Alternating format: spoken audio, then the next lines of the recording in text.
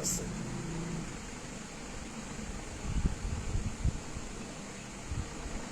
अस्सलाम वालेकुम। मैं आशा करता हूं कि आप सभी ठीक होंगे इस विपदा के दौर में, और ऊपर वाला से दुआ भी करता हूं कि आप सभी सकुशल अच्छा रहें, इस महामारी में कोरोना के संक्रमण से बचें। सबसे पहले आज बहुत सारा बात है, सोच रहा हूँ कहाँ से शुरू करूँ, क्योंकि ये जो हर चीज़ का कोई ना कोई मालिक होता है। जैसे मेरे मालिक मेरे गार्जियन है, इसके बाद ऊपर वाला है, सरकार है, पंचायत का मालिक मुखिया होता है। ऐसे ही बिहार का मालिक, बिहार का जो मुखिया है माननीय नीतीश कुमार जी हैं, और इस देश के मुखिया माननीय नरेंद्र मोदी जी हैं उर्फ झूठा मोदी। तो अब ये सब जो हाल चल रहा है देश में या बिहार प्रदेश में, देख के तो मन शर्मसार हो जाता है। दिल करता है बहुत कुछ बोलूं, और कभी कभी दिल कहता है कि सरकार को कह के ले लूं। और बिहार की जनता पता नहीं जाग ही नहीं रही है। जगती तो कम से कम ये तो सुशासन बाबू जो है, इनको तो जगाने का काम करना चाहिए। इतना बड़ा बड़ा घटना सोए सोए लगता है कि कुंभकर्णी नींद में सोए हैं। इनका पता ही नहीं है कि बिहार में क्या चल रहा है, कैसे लोग परेशान हैं, सांस भी खरीदना पड़ रहा है, ऑक्सीजन के लिए लोग दर दर भटक रहे हैं। कोई हॉस्पिटल में ऑक्सीजन नहीं है, बेड नहीं है, बहुत बद से बदतर हालत है। मतलब इस पे बात करने से डर लगता है। हर दिन किसी न किसी का मौत, अगर आप मतलब सोशल मीडिया पे ही देखिए तो जानने वाले हर तीसरा पोस्ट, चौथा पोस्ट कोई ना कोई मौत का ही खबर होता है, जो हमारे बीच का होता है। हमने इस विपदा में, इस कोरोना महामारी में अपने बहुत सारे करीबियों को खो दिया। इसका बहुत दुख है, और मैं अल्लाह से दुआ करता हूँ कि अल्लाह इनकी मगफिरत फरमाए। और इसी कोरोना के विपदा में जो ये आपदा है, इसको ये जो बड़के बाबा हैं जो देश चला रहे हैं, माननीय नरेंद्र मोदी जी, हम लोगों के चौकीदार जो कहते थे कि मैं चौकीदार हूँ, चौकीदार का ये फर्ज होता है कि अपने गांव के, अपने प्रदेश के, अपने देश के सभी जनता का एक एक चीज़ का ख्याल रखना और अपने से जो हो सके उसको पूरा करना। लेकिन ये चौकीदार ऐसे निकले कि इनको कुछ फर्क नहीं पड़ता है क्या हो रहा है, क्या हो रहा है। ये चौकीदार ऐसे हैं कि अपने दुश्मनों को बारी बारी से, जो इनके खिलाफ, जो इनके मुखालफत में थे, जो इनके खिलाफ बोलते थे या इनके विचारों के साथ नहीं थे, उनको ये बारी बारी टारगेट करके कोरोना को बहाना बना के इनके साथ हादसा करवाया जा रहा है। आप लोग खुद देखे होंगे, अब ज़्यादा क्या बोलना है। हम लोगों के जो कायद थे, हम लोगों के जो नेता थे, बिहार के विकास पुरुष, इनके साथ आप लोगों ने देखा क्या हाल किया गया। जो एक आतंकवादी को ये लोग जेल में बैठा के बिरयानी खिलाते हैं, और जो इस देश का गरीब मजलूमों, शोषितों, पीड़ितों का आवाज था, जो इस देश में 4 बार संसद बनने का, सिवान की जनता ने इनको संसद बनाने का काम किया, और सिवान की जनता का आवाज बनने का उन्होंने काम किया। जिन्होंने मेडिकल कॉलेज, इंजीनियरिंग कॉलेज, ना जाने कितना चीज, और कितनी गरीब महिलाओं का, मजलूम महिलाओं का, मजलूम लोगों का आवाज और उनके साथ न्याय करने का काम किए थे, उनको ये सरकार ने ऐसे सिस्टम के द्वारा इनको इस तरह से प्रायोजित ढंग से इनकी हत्या करा दी गई। इस पे भी हम लोग चुप रहे। और ये जो विपक्ष का है बात, जो कहते हैं कि हम विपक्ष में हैं, मानिए ये सरकार में नहीं आए, जनता ने इनको वोट दिया, लेकिन ये सरकार में नहीं आए, और ये कहते हैं कि हम जनता के दुख के लिए लड़ेंगे, जनता के सुख के लिए लड़ेंगे। लेकिन हम ये मान गए हैं कि इस प्रदेश में और इस देश में कोई विपक्ष नहीं है, आम जनता विपक्ष है, और कोई मीडिया भी जनता, आम आवाम का आवाज उठाने का काम नहीं कर रहा है। जनता जो ये सोशल मीडिया है, लोग उठा रहे हैं, और जो लड़ रहा है, जो सिस्टम के खिलाफ बोल रहा है, इनको उठा के ये लोग जेल में भेज दे रहे हैं। यही इनका मंशा है। देख लीजिए बिहार में क्या हुआ। एक जनप्रिय नेता, जो जनता का नेता माना जाता है, जिसने कभी मतलब पार्टी पॉलिटिक्स से ऊपर उठ के जनता का सेवा किया, उसके साथ देख लीजिए किस तरह का गंदा राजनीति हुआ। इसने एक बिहार के ही नेता है, सारण के सांसद, छपरा, सारण मतलब छपरा के सांसद राजीव प्रताप रूड़ी जी, इनका बहुत ऊपर तक बहुत बड़ा हाथ है। शुरू से भाजपा ही रहे हैं। शुरू से माननीय लालू यादव जी और राबड़ी देवी जी को भी इन्होंने हराया है और संसद है, लगभग 3 बार से 7 संसद है। इनके खिलाफ इन्होंने आवाज उठा दिया। यही इनकी जुर्म थी कि इन्होंने ये जो एम्बुलेंस, बताइए सरकार के माल को अगर हम लोग रख लें, सरकार का अगर जीप मानिए थाना में दिया है, सरकार पुलिस को जीप दिया है, इसको कोई मुखिया अपने दरवाजा पे लगा ले तो सरकार का काम कैसे होगा? पुलिस फिर चोर को कैसे पकड़ेगी और सरकार इसको छोड़ देगी जीप लगाने वाला को? आप ही बताइए तो, थोड़ा आप ही लोग सोचिए। और ये 40-40, 30-30 एम्बुलेंस अपने घर में खड़ा करके बालू मंगा रहे हैं और सरकार इस पे कुछ नहीं बोल रहा है।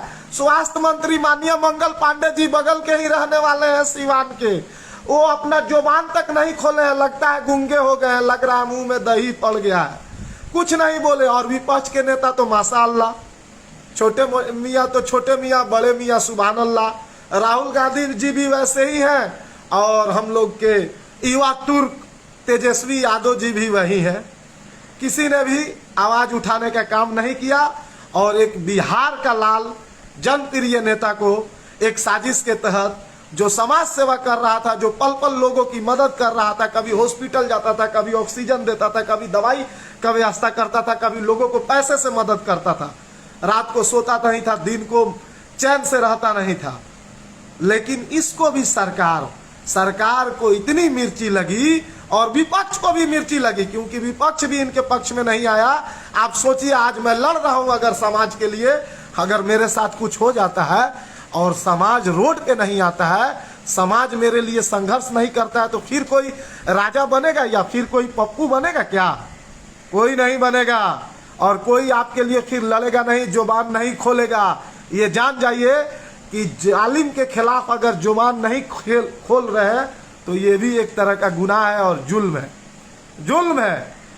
आज पप्पू यादव जी की बारी थी, कल आपकी भी बारी हो सकती है, परसों मेरी भी हो सकती है, तरसों राहुल गांधी जी की भी बारी आ सकती है और इससे आगे तेज प्रताप जी की और तेजस्वी जी की भी बारी आ सकती है। जो लोग घर में बैठ के टीवी देखते हैं और मोबाइल देखते हैं कि अरे पप्पू यादव जी को जेल भेज दिया, तो कल हो के आपकी भी बारी आ जाएगी, ये सोच लीजिएगा। इसीलिए कम से कम गलत के खिलाफ आवाज उठाइए।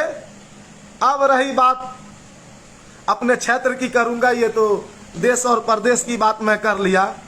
मेरे क्षेत्र के जो विधायक हैं, जिनकी ईमानदारी, मैं भी बोलता हूं कि बहुत ईमानदार है, लेकिन जब आप विधायक हैं सिकटा विधानसभा का, माननीय वीरेंद्र गुप्ता जी, अगर आपके पास ये मेरा वीडियो या मेरा लाइव आपके पास किसी तरह से पहुंचे तो जरूर इसको सीरियस लीजिएगा और सोचिएगा, विचार कीजिएगा कि राजा जो आपके ही क्षेत्र का है, क्या मतलब सही बोल रहा है।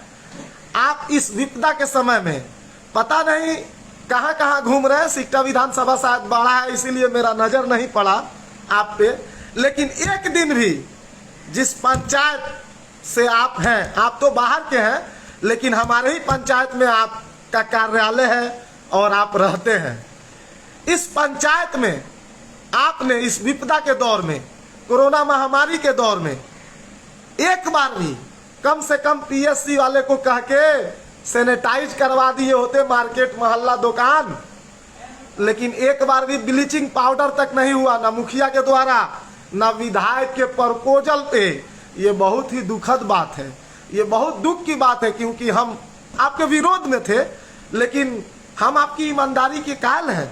हम सोचते हैं कि आप भी ईमानदार हैं, काम कीजिएगा, पर शायद आप तो गायब हैं, लापता हो गए हैं, क्षेत्र में नहीं है, पता नहीं कहाँ है, पता ही नहीं चल रहा है कि कहाँ है। ठीक है, लेकिन हम आपके लिए ईमानदारी के कायल हैं और हम आपसे यही गुजारिश करेंगे कि कम से कम इस विपदा के दौर में, इस आपदा को, जैसे विपक्ष, जैसे भाजपा वाले लोग आपदा में अवसर की तलाश कर रहे हैं, कम से कम आप अवसर की तलाश मत कीजिए। सारे विधायक अपने निधि विधायकों से कुछ ना कुछ अपने क्षेत्र में करवा रहे हैं, कुछ ना कुछ लोगों को राहत या किसी ना किसी तरह की मदद करा रहे हैं। कम से कम कल ईद है, आप क्षेत्र की दौरा कर लिए होते तो ये जो बारिश हुआ है 4-5 रोज लगातार, आपको पता चल जाता कि रोड का क्या हालत है। जो झुमका से अपने ये जिस पंचायत में आप रहते हैं, आपका निवास स्थल है, जहां आपका कार्यालय है, जहां आपका सबसे ज्यादा कार्यकर्ता है, जहां के लोगों ने आपको जिताने का काम किया, इस पंचायत का कम से कम आपने रोड का खबर लिया? लोगों का खबर नहीं लिया, रोड का खबर लिया। आप बाइक से नहीं जा सकते हैं झुमका से लठियाएं, ये वाला रोड जिसका टेंडर हो गया था, जिसका अब वक्त खत्म होने वाला है, और आपके करीबियों को टेंडर मिला था, जो आपके साथ घूमते हैं, जो आपके अगल बगल रहते हैं, जिनको आप लोग, मैं नहीं कहता, लोग कहते हैं कि ये आपके राइट हैंड है और लेफ्ट हैंड है। बुरा नहीं मानिएगा, हकीकत बोलने की मुझे आदत है, इसकी सजा चाहे जो भी हो, मैं सच बोलता हूं और हकीकत बोलता हूं, अपनी आवाज उठाता हूं। तो सारे लोग बोलते हैं कि ये तो विधायक जी के राइट हैंड है, क्या होगा, पैसा उठ गया, पैसा खा लिया, रोड नहीं बनेगा। लेकिन जहां तक मुझे खबर है कि इस रोड का अवधि खत्म हो गया, मैंने बोर्ड पे पढ़ा था, नहीं तो आगे अभी ये लॉकडाउन है, इसीलिए इस पे हम लोग कुछ कर नहीं रहे, नहीं तो सरकार हम लोग को भी फंसा देगी कि कोरोना फैला रहा है भाई, रोड जाम कर रहा है, हंगामा कर रहा है, इसको जेल भेजो। इसीलिए अभी हम लोग शांत है, लेकिन शायद ये शांति बहुत बड़ा संघर्ष का जरिया बनेगा और बहुत बड़ा आंदोलन का रूप लेगा, जो आपके घरों तक इसकी आग पहुंचेगी, आपके गिरेबान तक कहीं ये आग पहुंचेगी और लोग आपसे पूछेंगे कि ये क्या विधायक जी, इतना टाइम था, इतना दिन से सैंक्शन हो गया था, इतना दिन से टेंडर हो गया था, अभी तक रोड नहीं बना। और ये जो जिम्मेदार है उसके, ये बोलते थे अरे मात्र 5 दिन में काम लगने वाला है, 2 दिन में काम लगने वाला है। बारिश की वजह से एक भी आदमी पैदल मस्जिद में नहीं जा सकता है। आप जानते हैं ये मुस्लिम बहुल्य पंचायत है, कल ईद है, मानिए बच्चे यहाँ से यहाँ जाएंगे, लोग जाएंगे, साइकिल से लोग जा रहा है तो गिर रहे हैं। बोलिए कितना आपको फोटो में भेजूं? और ये आपके करीबी है, कम से कम कहिए कि इस पे काम जल्द से जल्द शुरू करें। या कोरोना लॉकडाउन में रोड का भी काम लॉकडाउन हो गया क्या? पैसा निकालने के वक्त लॉकडाउन नहीं हुआ था? या आप चाहते हैं, या आपकी ये है कि ये काम नहीं हो? अगर आप इसमें संलिप्त हैं तो एक्शन लीजिए, कहिए उस ठेकेदार को कि जल्द से जल्द काम कराए, नहीं तो जैसे लॉकडाउन खत्म होगा हम लोग आंदोलन करेंगे इस रोड के लिए। क्योंकि बाहर के लिए जब लड़ते हैं, पूरे बिहार, पूरे हिंदुस्तान में जब NRC CA की बात हुई थी तो मैं जाके लड़ा था। काहे नहीं हो पटना का सब्जी बाग को शाहीन बाग बनाना हो, काहे नहीं हो गया के शांति बाग को शाहीन बाग बनाना हो। बिहार का कोई ऐसा जगह नहीं, हिंदुस्तान के बहुत सारे जगह, कलकत्ता, हैदराबाद, दिल्ली के शाहीन बाग में भी मैं गया था, सब जगह गया था। तो ये तो हमारे गांव और हमारे घर का बात है, इसमें तो आपसे होगी ही। और आपसे मेरी मांग है कि इस रोड को बनवाने का जल्द से जल्द आप आदेश दीजिए ठेकेदार को। कैसे विधायक है कि आपका बात नहीं मानेगा? क्या डिपार्टमेंट नहीं सुनेगा? एक्सटेंशन हो गया, फिर एक्सटेंशन 1 साल चलेगा, फिर बारिश आ जाएगा। ये बहुत दिनों से हम सुन रहे हैं। इससे पहले जो माननीय मंत्री जी विधायक हुआ करते थे इस क्षेत्र के, इनको भी मैं अपने चौक से पैदल ले गया था लठियाई वाले रोड में कि चलिए रोड का हालत देखिए। इन्होंने कहा था कि मैं इस रोड का सैंक्शन कर दिया हूं, मैं इस रोड को पास करा दिया हूं, DPR तैयार हो रहा है। लेकिन जब आपका ये आया तो हम लोग सोचे कि सही काम होगा, बढ़िया काम होगा। ये बेहरा का रोड रिपेयरिंग में था, मानिए आपने करा दिया, लेकिन ये क्या है, अभी तक शुरू तक नहीं हुआ और इसका सैंक्शन हो गया, बोर्ड लगा दिया। ये बहुत बड़ा आंदोलन का रूप लेगा। और समझ जाइए, DM के कार्यालय तक को घेरने का हम लोग काम करेंगे। एक बार घेरे थे और इस बार भी घेरेंगे, ये चेता रहे हैं हम ठेकेदार को भी और माननीय विधायक जी, आप तो हम लोग के गार्जियन हैं, इस क्षेत्र के विधायक हैं। अगर आप ईमानदार हैं और आप अपने जनता के हक हुकूक के लिए लड़ना चाहते हैं, आप सही मानों में एक सच्चे कॉमरेड हैं। कॉमरेड का मतलब होता है साथी। अगर आप सिकटा विधानसभा के जनता के साथी हैं, सुख दुख के साथी हैं, तो आप आके रोड को देखिए। आपने कभी इधर से शायद सफर नहीं किया है लगता है, आप अभी आके रोड को देखिए। इतना बद से बदतर हालत है कि हम लोग जा नहीं सकते हैं। कोई पैदल चलने में गिर जा रहा है। महिला को तो छोड़िए, महिला कितनी महिलाओं का 2-3 महिला का कमर टूट गया फिसल के गिरने से, समझे? आप पता कर लीजिए, इतना बुरा हाल है। कम से कम आप स्पेशल आदेश दीजिए अपने स्तर से, क्योंकि ये आपके अगल बगल के लोग हैं, आपके साथ रहने वाले लोग हैं, जिनके हाथ में इसका टेंडर है, ये रोड का काम हो। नहीं तो फिर जनता जागेगी। तो आप तो खुद जनता की ताकत से परिस्थितियों के विधायक बने हैं, आपको पता है जनता की ताकत से क्या होगा। और आपकी मैं बहुत इज्जत करता हूं, आपकी ईमानदारी की इज्जत करता हूं। मैं बहुत सारे लोगों से कहता हूं कि मैं मुखालफत कुछ दूसरे कारणों से था, इनसे मेरी विरोध किसी दूसरे वजह से थी, लेकिन मैं इनका व्यक्तिगत, इनके ईमानदारी का कदर करता हूं। ये अच्छे हैं। कम से कम अभी वेट करिए, देखिए अभी तो नया नया है, विकास होगा इस क्षेत्र का। लेकिन शायद हमको लगता है कि आप भी सो गए और लोगों की तरह हो गए। नहीं तो आप जैसे आम जनता का आवाज़ सुनने वाला लोग अगर बहरा हो जाएगा और गुंगा हो जाएगा, तो इस क्षेत्र का फिर विकास नहीं हो पाएगा शायद। क्योंकि इस क्षेत्र के लोगों ने दोनों जमींदारों को बाइकाट किया, एक पैदाइशी से जमींदार और एक विधायक मंत्री बनने के बाद जमींदार हुआ। वो दोनों को बाइकाट किया और आप जैसे गरीब के लाल को चुना, जो गरीबों का आवाज़ था, एक कॉमरेड था, इसको चुना। तो कम से कम आपसे आशा करते हैं कि इस चीज़ पे आप सीरियस होंगे और इस बात को, मेरी बात को सीरियस लेंगे और इस रोड के लिए आप कुछ ना कुछ एक्शन लेंगे। इसे मुझे आशा है और विश्वास भी है। और इसी के साथ मैं सभी लोगों को ईद की हार्दिक शुभकामनाएं देता हूं, ईद की दिली मुबारकबाद देता हूं एडवांस में, और दुआ करता हूं कि आप सभी सुरक्षित रहें, ये कोरोना महामारी में घर रहें, बचे रहें लोगों से। लेकिन अगल बगल के लोगों का ख्याल करना है, कोई भूखा नहीं रहे, कोई भूख से मरे नहीं, लोगों का मदद करना है जिस तरह से भी हो। सरकार तो अब मदद करने से रही, सरकार तो नपुंसक हो गई है, इसके पास कोई सिस्टम नहीं है। लेकिन जनता अपना सिस्टम, जनता अपना मदद लोगों तक करे। हर आदमी जो सक्षम है, अगल बगल के लोग को, अपने आस पड़ोस के लोगों का ख्याल रखे और मदद करे। इसी के साथ मैं विदा लूँगा। अस्सलाम वालेकुम।